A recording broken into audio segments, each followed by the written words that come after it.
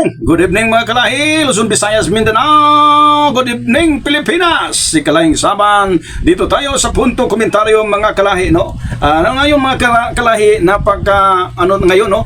Mayroon po tayong nasagap na talagang napakagandang balita ngayon dahil malalaman sa bawat Pilipino ngayon ang katotohanan, no. Dahil ngayong araw na yan kanina, itong side ng ngayon, minority na ngayon sila si SP Cayetano dahil hindi naman talaga, parang wala na siya ngayong posisyon, kasi mayroon ng acting Senate President na si Sherwin Gatchalian. Kaya itong si Cayetano parang naisantabi na siya ngayon dahil ang majority na ngayon ay yung dating minority, no, sa part po o sa side po nila ni Vicente Sotto, na ngayon ay Sherwin Gatchalian na ang acting Senate President, no. Ngayon mga kalahi, kanina nagbukas ang Blue Ribbon Committee, no, sa chairman ng Blue Ribbon Committee na si Pia Cayetano. Kaya lang itong subcommittee na si Rodante Marcolita, siya talaga ang parang nagmaniho dito dahil ang mga invited na mga resource person talaga ngayon yung 18 ex-Marines. Kaya mga kalay, dito nahuhuli itong si Rodante Marcolita at saka yung mga conspiracy nila ni Cayetano at itong mga minority black na ngayon, no. Kasi itong talaga kanina ay talagang nilubos-lubos talaga sa mga 18 Marines nila ni Baligot, nila ni Defensor, na yung pagbibigay ng parang propaganda talaga, no. Parang nagmi-meeting lang sila doon, tapos nag-usap-usap lang sila doon po sa Senado dahil kasi nagbukas sila ng Blue Ribbon Committee na kahit ang hearing po ngayon ay Thursday ay kinansela dahil sa Lunes na ipagpatuloy ang hearing. Ayon po ni Erwin Tulfo na naging new chairman Blue Ribbon Committee. Ngayon mga kalahi, kanina talaga kapag napanood mo talaga ang moves ng dalawang ito, si Cayetano at saka si Rodante Marcolita. Itong si Rodante Marcolita talaga mga kalahi, mapansin mo talaga na kahit kunting salita lang ng mga 18 ex-Marines, no, talagang napakarami ng satsat ni Marcolita. Parang siya talaga ang mag-discuss, no, sa mga binabanggit ng 18 ex-Marines. Kaya pala mga kalahi, nahuli dahil ito pa palang 18 ex-Marines, ang lumabas sa investigasyon ng NBI ayon po ni Matibag, talagang nahuli talaga noong nangyari na individual ang pag-interview, ang pag-imbestiga sa 18 ex-Marines, ay nahuli at mayroong kumanta na silang bawat isa pa pala sa 18 ex-Marines inaalok pa pala ni Mike Defensor ng tag 5 million each. Tingnan mo mga kalahi kung gaano talaga kasama ang mga klaseng taong ito. Ibig sabihin, para lang makapanirang puri, lalo na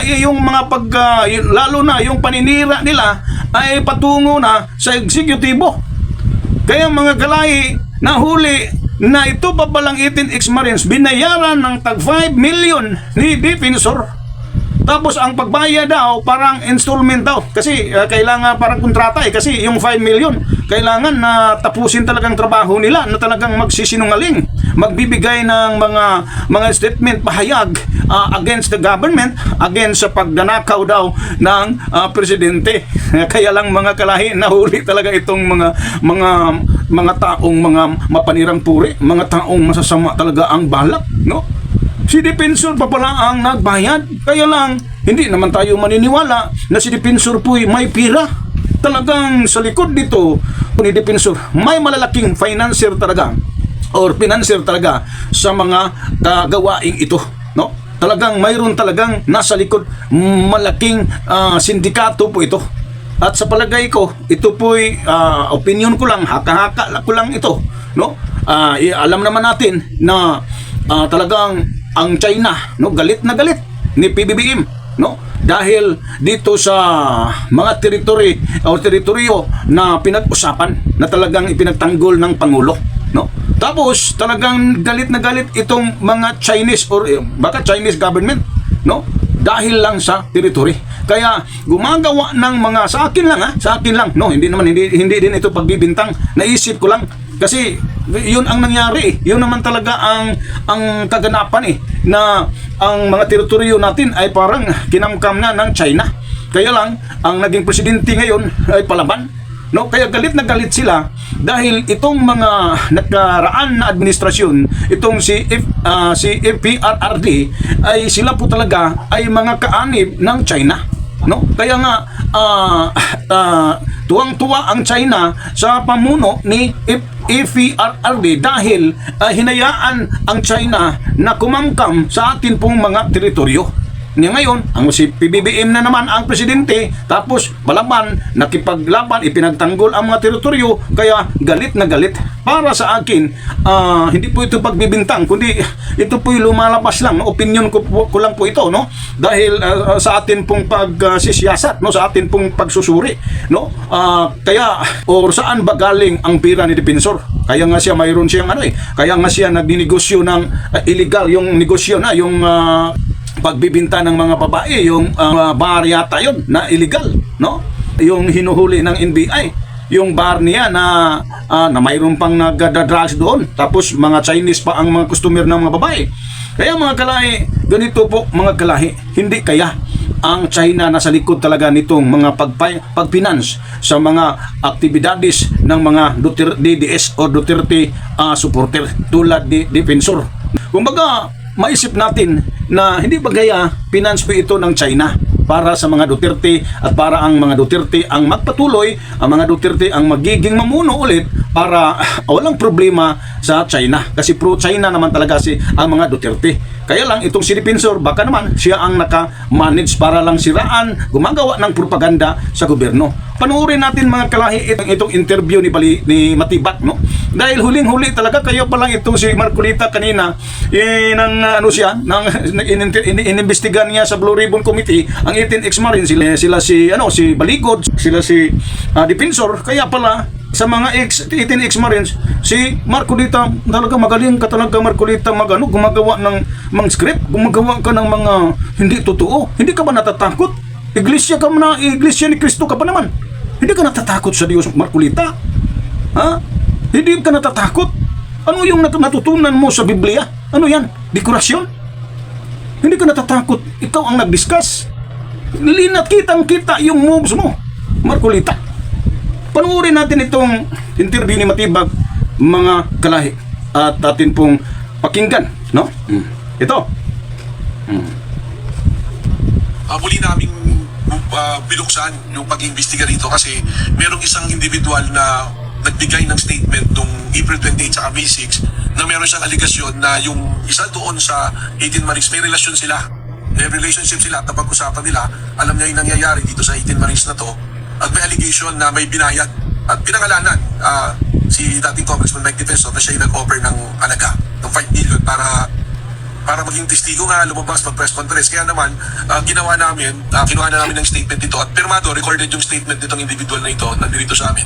Ang ginawa namin itong Tuesday yata, nagpa-issue ako ng sampina para ipistehan ulit yung membro ng 18 Marines na binabanggit ng individual at saka si Ginoong Mike Defensor, pinapasampina ulit namin dito para mag-appear, para magbigay linaw doon sa testimonya binigay nitong individual na related doon sa 18 Marines. Doon po sa alok na pera, paano po yung dynamics po nun? Paano po in-offer? In what way po sila babayaran? Well, may statement siya na parang initially parang 700,000 tapos parang in tranches mabayaran siya. Yun nga yung gusto namin linawin. Bukod sa gusto namin malaman kung totoo talaga yung statement nitong individual na to, gusto namin linawin kung hindi mga pangyayari talaga dito. Would you be liberty sir to divulge kung ano po yung relasyon niya doon sa member ng 18 Marines sa po niya? Gano'n po siya ka-credible sa inyong tingin? Yung anak ng 18 Marines ay kanyang kapartner. Meron silang anak. May apo bali yung isa doon sa 18 Marines dito sa tao na to. So, magkakasama sila sa bahay, kaya medyo may credibility in testimonya nito. At saka pag ibinabangga namin doon sa statement, lumalabas na talagang alam din detail. Saka bukod doon, yung CCD namin, nakamonitor minomonitor yung social media. May monitoring din kami ng claim ng bilihan ng witness. Yun mga kalahi, no? Nahuli na talaga ang kanilang mga strategy, mga kalahi. Huling-huli si Marcolita, nahuhuli itong SP dati na ngayon ay wala ng kapangyarihan. Huling-huli kayo sa paninira ninyo dahil masasama yung motibo sa mga puso ninyo, masasama yung pakay ninyo, no? Kaya wala kayong tigil, hindi kayo huminto sa pagplano na i-destabilize ang gobyerno. Ito, nahuli kayo. Kaya pala, napakasipag sa 18X Marines, naka-uniform pa. 18X Marines, naka-uniform pa yon lahat. Sino kayang financier para sa mga uniform? Kasi 5 million bawat isa eh, no? Mayroong yung pasiuna, no? Parang partial payment, no? Itong 750. Aki, ang malaki na yan, hindi na yan maubos isang taon eh. Ang laki na yan eh. 750K, 5 million. Ang laki kaya pala, Mr. Marcolita. Ang sayo kaya, ilan kaya yung nasa bulsa mo, Marcolita? Matakot ka naman sa Diyos, Marcolita. Matanda ka na, Marcolita. Kayo Cayetano, ha? Gumagamit pa naman kayo ng verse sa Biblia. Tapos ganyan kayo kasama. Ganyan ang pakay ninyo, ganyan ang motibo ninyo. Kitang-kita, maliwanag pa sa sikat ng araw yung ginagawa niyo yung blue ribbon. Kahit wala na kayong kapangyarihan dahil tinanggal na kayo, dahil hindi na kayo, wala na kayo sa number. Kaya dito na lang tayo mga kalahi. God bless sa inyo. Masunurin tayo sa gobyerno, masunurin tayo sa administrasyon ni PBBM. Dahil pag tayo po'y masunurin, hindi po tayo nagre-rebelde sa gobyerno, tayo ay masunurin sa Diyos at hindi natin nirebelde ang Diyos dahil walang tatag na gobyerno na hindi tatag ng Diyos. God bless mga kalahi.